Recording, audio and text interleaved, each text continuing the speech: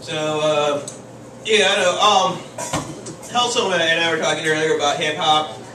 We're both hip hop fans, and I gotta say, man, Marty. Okay, well, when I met Marty, it tricked me out. She's Peruvian. Like I mentioned earlier, I'm of Bolivian descent. You don't meet a whole lot of people in the Andes in Rockford. And that's like the most Peruvian-looking non-Peruvian I've ever met in my life. What I said. I was like, dude, you could have. It's like, I'm surprised you didn't ride in here on a llama. Okay, I mean that's. That's a good one. Yeah, but who's your favorite rapper of all time? Mine? Yeah. I know hers. Yeah. Yeah, you know hers. Because you look like him. Yes. But who's your favorite rapper? I gotta give respect where respect's due. I got two. It's Biggie and Pop. Biggie and Pop? Yeah. Dude, the election season's over, okay? You don't have to be all politically correct and acknowledge both equally. You can have a favorite. I know. I'll tell you what, though. You know what? That is what fucked up the election for one person. He even gets to be a part of it. Because we almost had the first Latino vice president. Because Marco Rubio, senator from Florida, was being considered for the election. But even on Meet the President, he fucked up. Because David Gregory asked him, what you would ask any Latino politician. He asked him in the gangster rap beef between Notorious B.I.G. and Tupac Shakur, with whom was Marco Rubio riding. Now Marco Rubio, being a Republican, trying to get on as Republican vice presidential nominee, obviously should have said what? Notorious B.I.G., right? Business in the gut. Think about Biggie's biggest song with what? More money, more problems.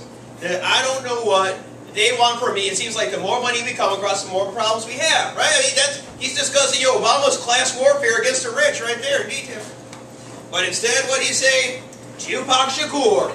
Tupac, who said, I see no changes. Can't really get some peace. There's war in the streets and war in the Middle East. How about a war on poverty instead of war on drugs? The police can bother me.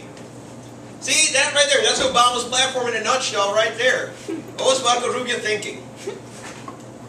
Yep, okay. I'll make it a little dumber, okay? I'll make it a little dumber. I was looking at, I think it was XXL's top MCs of all time. Number one, they had Rakim, which makes sense, definitely Rakim. And then for number two, they had Nas. I mean, Nas has his moments, but if you really listen to his lyrics, he's not as poetic as you think, okay? Everybody, one of his biggest hits, If I Ruled the World. In that song he says, if I ruled the world, I'd open the doors to Attica, send them back to Africa. That's what the Ku Klux Klan has been saying for years. Doesn't make them poets. No, not that one either. Alright, I don't want to fuck the next comic that's like this, so I want to like a... What's it? Country music? Yeah. Oh, I'll talk about country music instead. We got any country fans in the house? Besides Chad? Alright, I like all kinds of music. And one of my favorite artists is Dwight Yoakam. One of my favorite artists, period. Not just like in country, just period. Okay. And I know it's like a lot of artists have like real intense fans who come out and even have like little chants when they go to the concerts. Like with the Ramones. Everyone remembers the Ramones. When people go out to their concerts, they be chanting "Gabba Gabba Hey, Gabba Gabba Hey." Like Jay-Z's got real devoted fans, and people come out to his show and they chant "Hove up, Hove up." So being a Dwight Yoakam fan, when I went to a concert, I was chanting "Dwight Power." I learned never to do that again at a Public Enemy concert. Y'all ready for your next comic? Yeah. Alright, this next very talented individual is... now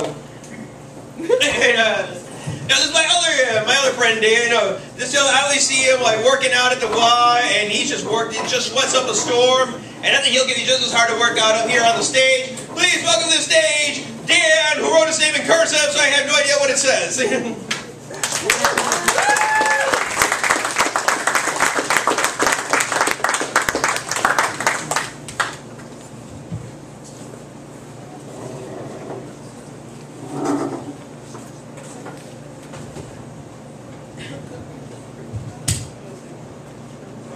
Yeah, good. I didn't know there was any other rappers outside of Nelly. I mean, I thought Nelly was the best. And, evidently, I'm not a big forever. But how many of you guys graduated and are proud to say it, homeschoolers? You guys homeschoolers out there? Because I'm going to start joking about homeschoolers. Okay, you know, the thing about homeschooling is, what do you notice in the homeschooling, you know, these kids that are homeschooled, what do you notice in their windows all the time? Bars. Okay. And why did the homeschooler cross the road? To get the hell away from his mom. Alright. See, the thing about homeschooling is, when you're homeschooled, who's the principal? And who's the gym teacher? And who's the pep rally and the band teacher? And, you know, who plays all those roles when you're being homeschooled? And who do you take to your senior prom? Your mom? You know, I don't get it. I don't understand. I think people are set behind the 8 ball if they are homeschooled. Just an opinion. But, so anyway, the homeschooling thing is, I've dealt with a lot of homeschoolers, and socially they're just a little, anyway, I'm glad to say that I graduated from a long, long time ago from Guilford High School. So, you know, but recently, I was told that Rockford was actually put on the map for being one of the heaviest cities there are. More heavy people in Rockford than any other city. Now, I don't know how they find this stuff out, but that's what I was told, you know. And, you know, I noticed some kid the other day, I was at a buffet, and he says, "Look, Dad, look at that person over there. He's got more chins than a Chinese phone book."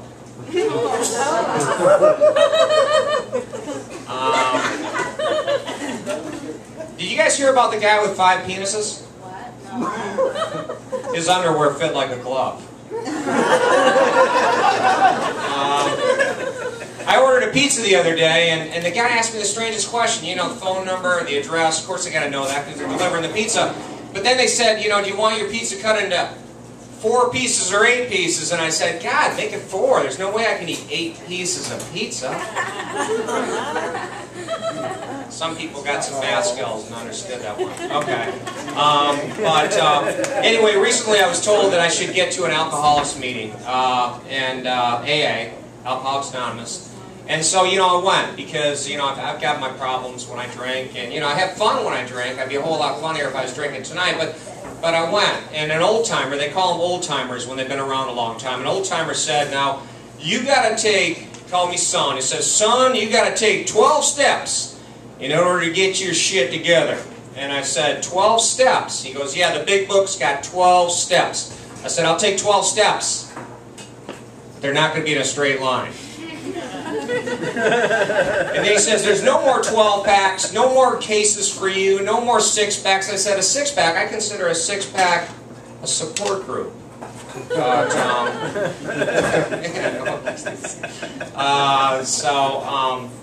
No, drinking's a social lubricant. I mean, I'm sure there'd be a lot more laughs if people had a few drinks. And then, you know, the thing about it is I went to an AA meeting one time, and you had to put your name down and said, hello, my name is.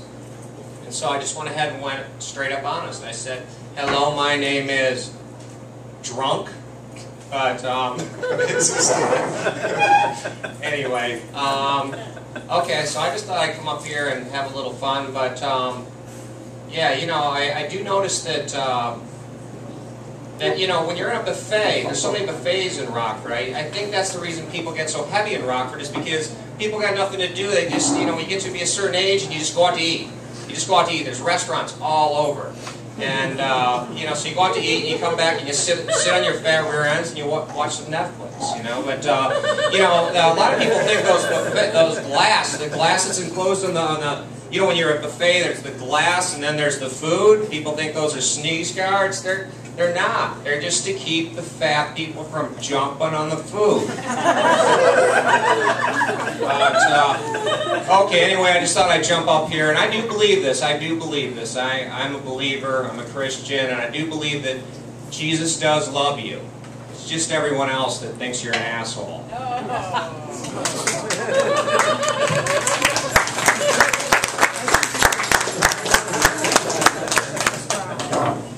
Give over Dan, everyone! I'm going to ask for a favor. Like, if there are, like, can I hey Dan, can I get you and like, I know you look strong, yeah. Just gonna get like, you can like, how to just like move this couch over there, so like facing, so people have somewhere to sit. Can I make a few announcements while I do that? Hey, you wear that purple jacket, it caught my attention. That's about, see, I'm a big Prince fanatic, so I see that. Actually, this is how much of a fanatic I am. I was talking about my... Oh, that was quick. Thank you, guys. Thank you so much. Yeah, cool. I was talking about my musical fanaticism. I've engaged my workouts by music. I know I've had a really good workout when I go in sounding like Campbell Corpse, like ooh, and I come outside like Prince. That's a good workout right there. But once again, I gotta say, yeah, we are taking donations for Hunger Strike. Also, please don't forget the tip jar, because I mean, these motherfuckers is eating, but they're not gorging, okay? So trust me, people who work here can also benefit from your generosity. If they're doing a good job and you want to let them know, they got a couple of tip jars. What's today's contest? Today is, which is your favorite? Raindrops on roses or whiskers on kitties? Raindrops on roses or whiskers on kitties? Raindrops on roses. I would say whiskers on kitties, because they're a lot more filling. Raindrops or whiskers? I'm very in the spirit of like Asian food, Dave. You know, that goes out to Walter, man. I love you, man. Me and Dan had a good buddy who went out to Korea, and he ate some dog in there. He ate some dog there. He goes out to Wally, goes outside. All right. I love that cat. But let's see. Next one. What's next up? Before I bring up the next comic,